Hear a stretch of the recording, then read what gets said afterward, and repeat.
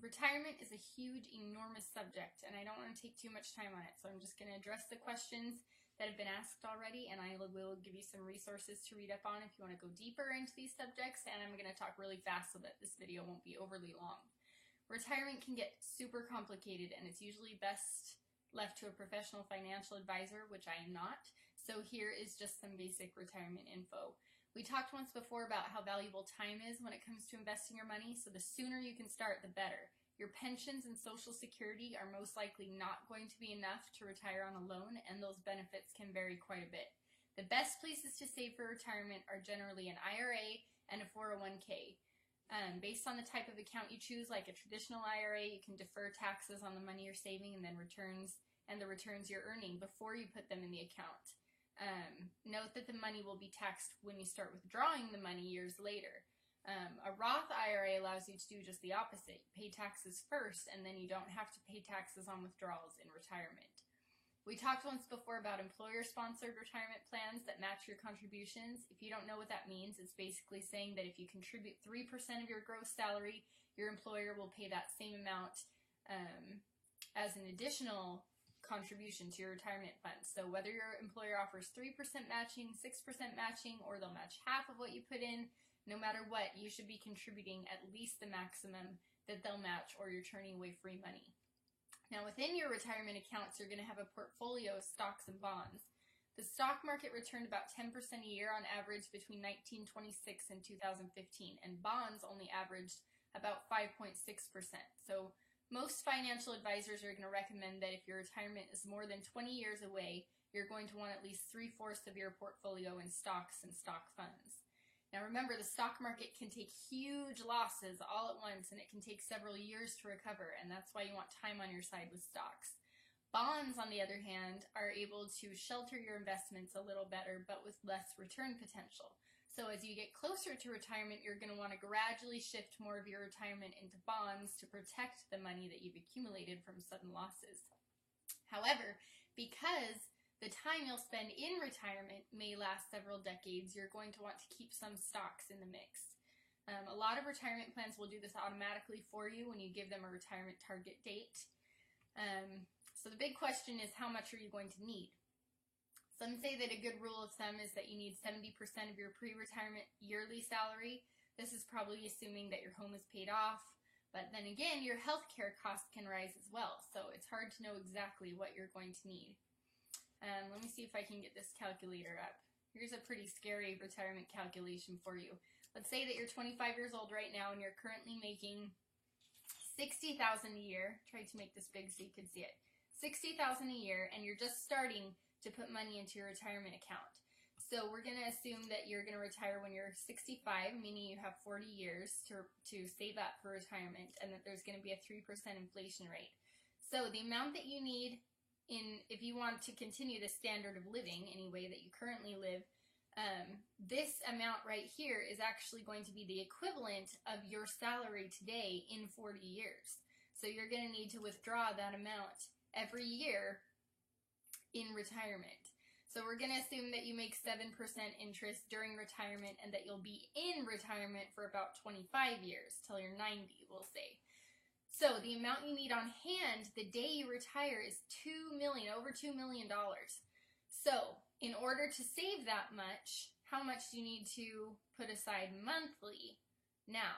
Okay, so we'll say that you earn 7% also prior to retirement on this money, and that you have 40 years until retirement. That means you should be saving $869 a month. That's actually over 15% of $60,000. So this calculator leaves out several variables like pension and Social Security, and the fact that you will most likely get some raises in the next 40 years. But it does help to see the urgency in reaching that 15% of your income goal for retirement. If you calculate that you're going to fall short at retirement, you're going to either need to put more towards retirement or think about putting off retirement for several years, or consider a less extravagant lifestyle than you were imagining. Or you can look into having a part-time job in retirement, which is probably a good idea anyway. Here are a few comments about retirement from Dave Ramsey. Dave Ramsey suggests becoming debt-free and having an emergency fund before you start throwing extra money towards retirement. This will ensure that you have a cushion so that your retirement funds stay where they are and keep growing. He also suggests that once you're debt-free, you can start investing 15% of your income in Roth IRAs and pre-tax retirement accounts. Your employer match should not count toward that 15%. Everything your employer contributes should be considered extra. Also, the money you invest in retirement is only for retirement and nothing else. Never invest in something you don't understand. That's another rule. Most of this information came from money.cnn.com. It's called The Ultimate Guide to Retirement, and I will provide the link for you in the comments because this website is super easy to navigate and they answer pretty much any question you could ever have about retirement. They go into much greater detail about mutual funds, the differences between retirement accounts, estate planning, annuities, insurance, self-employment plans, and on and on. Someone also had a question about Lending Club. Lending Club is an online credit marketplace that basically connects borrowers and lenders without getting a bank involved. I read a review of the guy who had been an investor with Lending Club for 3 years. After he was debt-free, he had an emergency fund, and he had maxed out his Roth IRA and was looking for other ways to diversify his investments. So he did the Lending Club, and he came out with a net annualized gain of 6.62%, which isn't bad. But considering the risk involved in lending the money, it's a bit on the low side. You're going to be paying service fees and losing money from uncollectible accounts. So if you invest with the Lending Club, you could be making more than a 15% return, or you could lose money. Though, of course, on average, most investors fall right in the middle, earning between 6 to 9%. If you have maxed out your IRA or 401k, if you're contributing the highest amount they'll allow, and or are looking for other places to invest for the long term, we use Capital One Investing, which is an online brokerage firm where you can easily buy stocks and bonds, options, mutual funds, and exchange-traded funds. It's super simple. You deposit some money into an account with them, and from there you can buy whatever you want. We like to buy mutual funds.